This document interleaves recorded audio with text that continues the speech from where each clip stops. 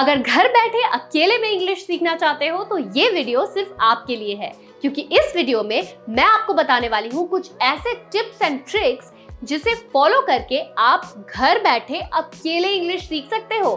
क्योंकि मेरे स्टूडेंट्स ने मुझसे रिक्वेस्ट किया था कि मैम हमारे पास इंग्लिश बोलने वाला कोई पार्टनर नहीं है, तो हम अकेले इंग्लिश कैसे सीखें। तो ये वीडियो सिर्फ आप ही के लिए है, लेकिन आपको मुझसे एक वादा करना है कि मैं आपको जो भी टिप्स एंड ट्रिक्स इस वीडियो में सिखाऊंगी, आप वो सारे टिप्स बिल्कुल सीरियसली फॉलो करोगे। क्योंकि बॉस, अगर इंग्लिश बोलना सीखना है तो मेहनत तो करनी पड़ेगी और साथ ही सीरियस भी होना पड़ेगा। तो चलो सीखते हैं आज के इस वीडियो से कुछ टिप्स एंड ट्रिक्स और इम्प्रूव करते हैं घर बैठे अपने इंग्लिश को। सबसे पहला टिप है स्पीक आउट लाउड। दोस्तों, अधिकतर लोग सिर्फ इंग्लिश इसलिए नहीं बोल पाते क्योंकि वो मुंह से इंग्लिश बोलते ही नहीं है, वो जोर से बोलकर इंग्लिश की प्रैक्टिस ही नहीं करते हैं। तो मेरा टिप ये है कि आप इंग्लिश जोर से बोलो। घर में दिन का कोई भी काम कर रहे हो, उसे बोलकर इंग्लिश में बताओ। अगर मान लो आपको कहना हो कि मुझे घर साफ करने दो, तो आप कहो let me clean the house, जोर से बोलकर। मुझे चाय बनाने दो, let me make the tea. इन सारे छोटे छोटे सेंटेंसेस को जोर जोर से बोलकर इंग्लिश में बात करो, ताकि इंग्लिश की फ्लुएंसी आपकी जुबान पर बैठ जाए और इंग्लिश चुटकियों में आपके मुंह से निकले। इस टिप को फॉलो करने के लिए एक छोटी सी ट्रिक है जो आप और आसानी से फॉलो कर सकते हो। आपको सिंपली मिरर के सामने, घर में आईने के सामने 5 मिनट खड़े होना है और वहां पर किसी भी टॉपिक पर बात करनी है। सपोज आप शाम को अपने बच्चे के साथ फल लाने जा रहे हो, उस बारे में 5 मिनट के लिए कुछ भी बताओ। अगर आप ऑफिस जा रहे हो, ऑफिस में क्या किया पूरे दिन, उस बारे में 5 मिनट खुद को मिरर में देखते हुए बोलो, बातें करो। इस तरह से आपकी इंग्लिश फ्लुएंसी भी बढ़ेगी और आपका कॉन्फिडेंस भी नेक्स्ट लेवल पर चला जाएगा। अगला टिप है रीडिंग बुक्स, न्यूज़पेपर्स और ब्लॉग्स। दोस्तों, इंटरनेट के जमाने में ना आर्टिकल्स और ब्लॉग्स यूं हमें गूगल पर मिल जाते हैं या फिर हम बुक्स खरीद कर पढ़ते हैं, लेकिन बुक्स, ब्लॉग्स या न्यूज़पेपर्स, इन सारी चीजों को पढ़ने का तरीका फिर से आपको टिप 1 पर लेकर जाएगा, that is speak out loud. दोस्तों, सबसे बढ़िया तरीका इंग्लिश फ्लुएंसी का यही है कि आप उसे बोल बोल कर पढ़ो।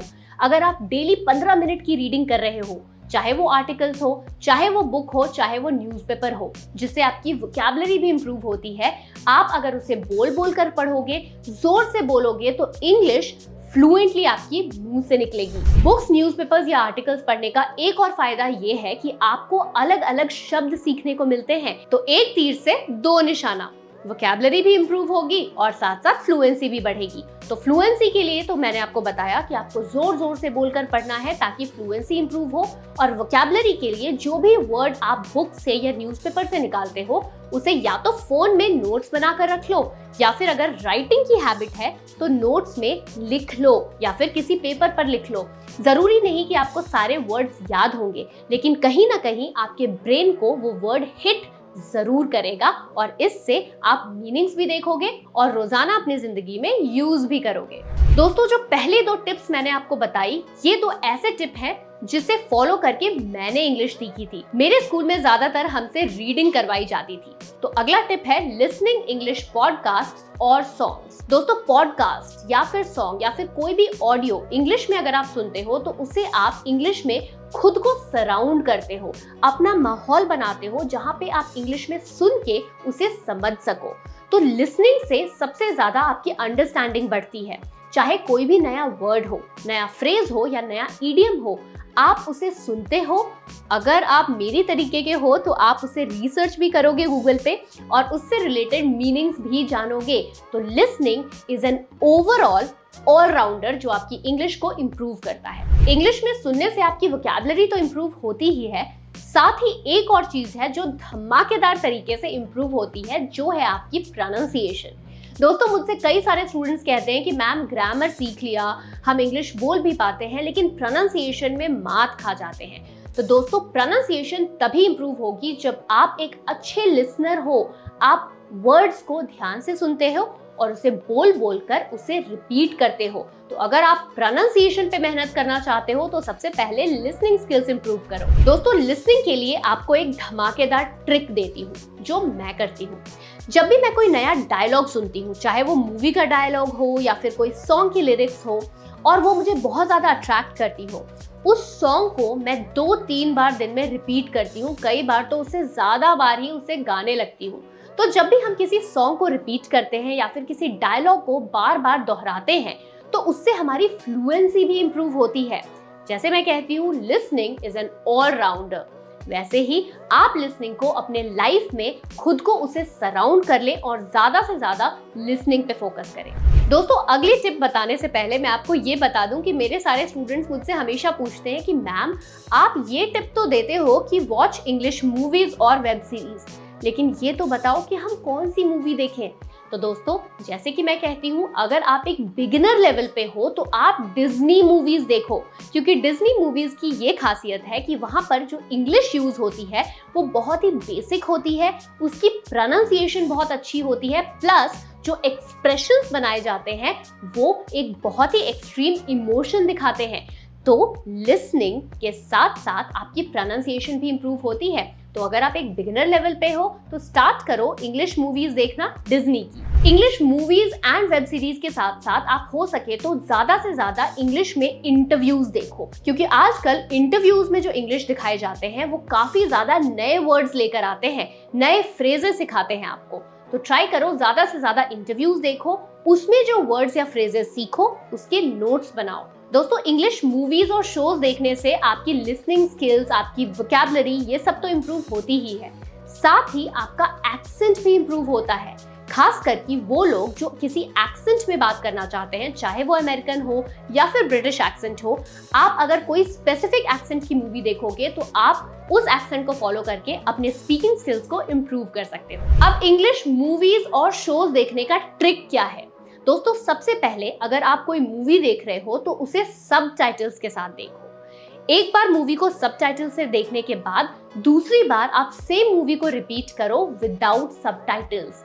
इससे क्या होगा कि आपकी डिपेंडेंसी सबटाइटल्स पे नहीं बनेगी और आपको ज्यादा से ज्यादा समझ में आने लगेगा कि सामने वाला क्या बोल रहा है। तो लिसनिंग एंड स्पीकिंग साथ साथ इंप्रूव होगी। मैं तो स्टूडेंट्स को ये भी एडवाइस करती हूँ कि जो वर्ड्स, जो डायलॉग्स आपको पसंद आए उसे बार बार रिपीट भी करो आफ्टर वॉचिंग द मूवीज।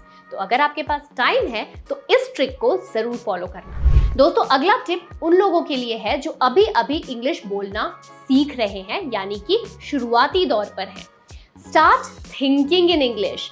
जो भी चीज आप सोच रहे हो हिंदी में, ट्राई करो कि आप उसे इंग्लिश में सोचो और अपनी बातों को उसी तरह से बोलो।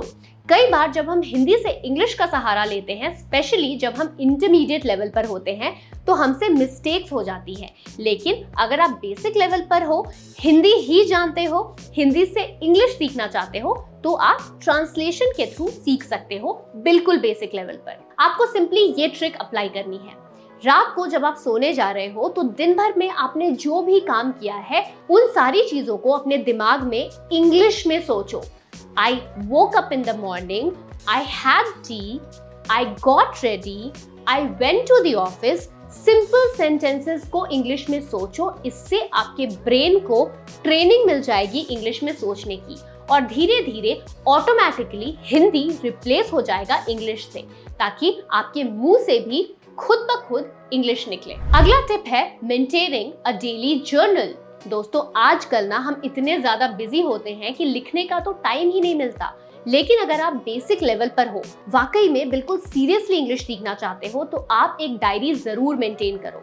दिन भर में आप जो भी काम करते हो, रात को सोने से पहले 5 मिनट के लिए उसे डायरी पर लिखो।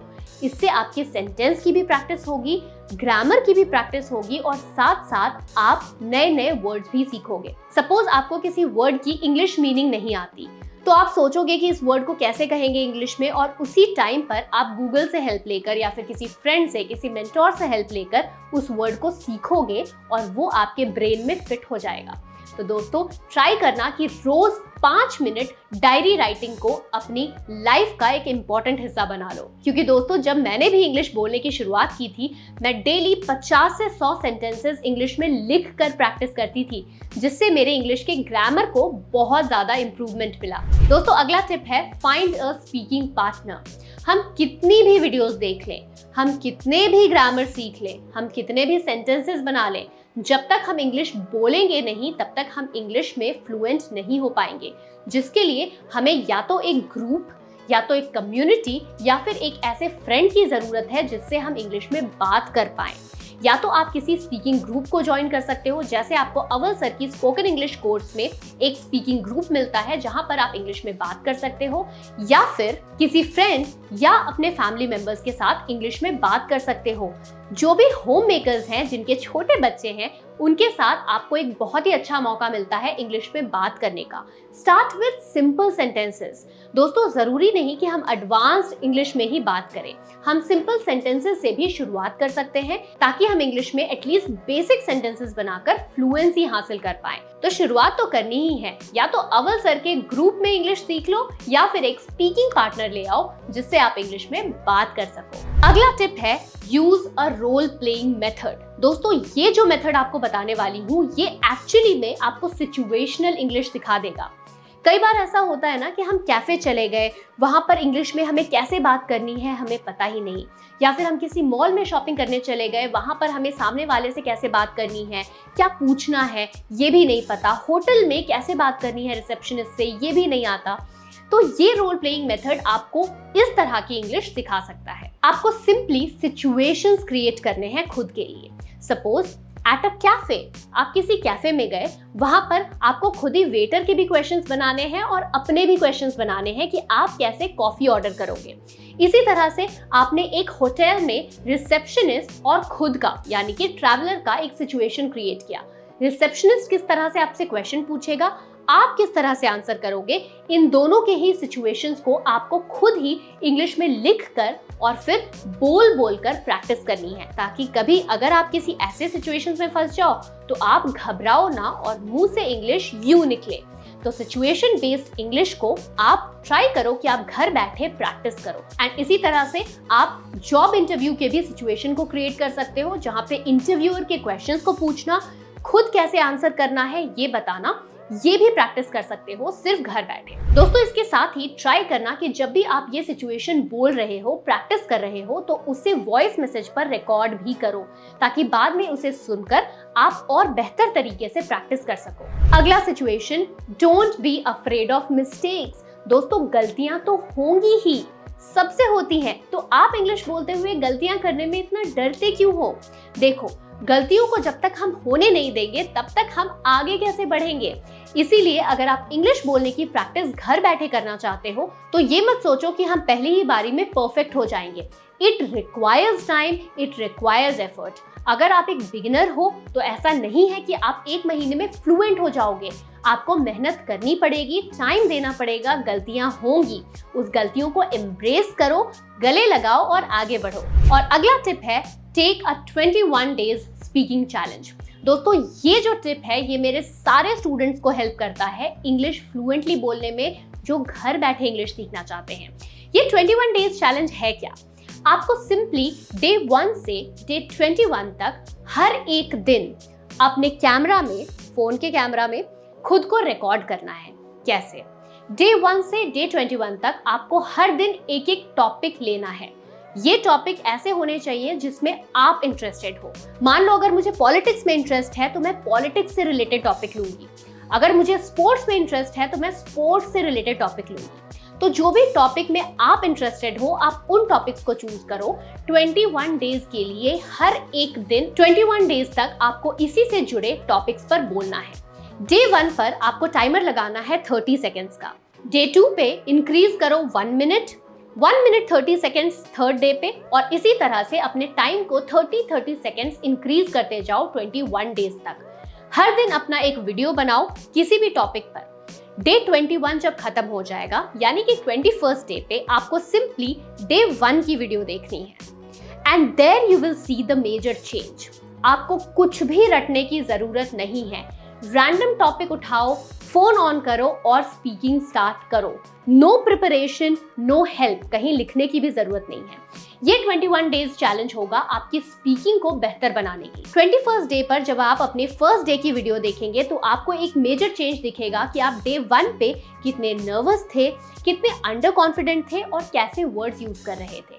और डे 21 पे आपको जो मेजर चेंज दिखेगा वो होगा अपनी फ्लुएंसी, अपनी वोकैबुलरी और अपनी एनर्जी पर। अगर आप भी ये 21 डेज चैलेंज आज से ले रहे हो तो मुझे कमेंट्स में यस लिखकर बताओ। इसी इंटरेस्टिंग लेसन की तरह अवल सर का फुल स्पोकन इंग्लिश कोर्स भी बहुत ही मजेदार है, जहां पर उन्होंने बिल्कुल बेसिक से लेकर एडवांस लेवल तक इंग्लिश सिखाई है विदाउट एनी ग्रामर रूल्स। अगर आप इस फुल स्पोकन इंग्लिश कोर्स को ज्वाइन करना चाहते हो तो डिस्क्रिप्शन में दिए गए लिंक को क्लिक करो या फिर आप awalenglish.com पर भी जा सकते हो। Thank you so much everyone for watching the video. जल्दी मिलते हैं।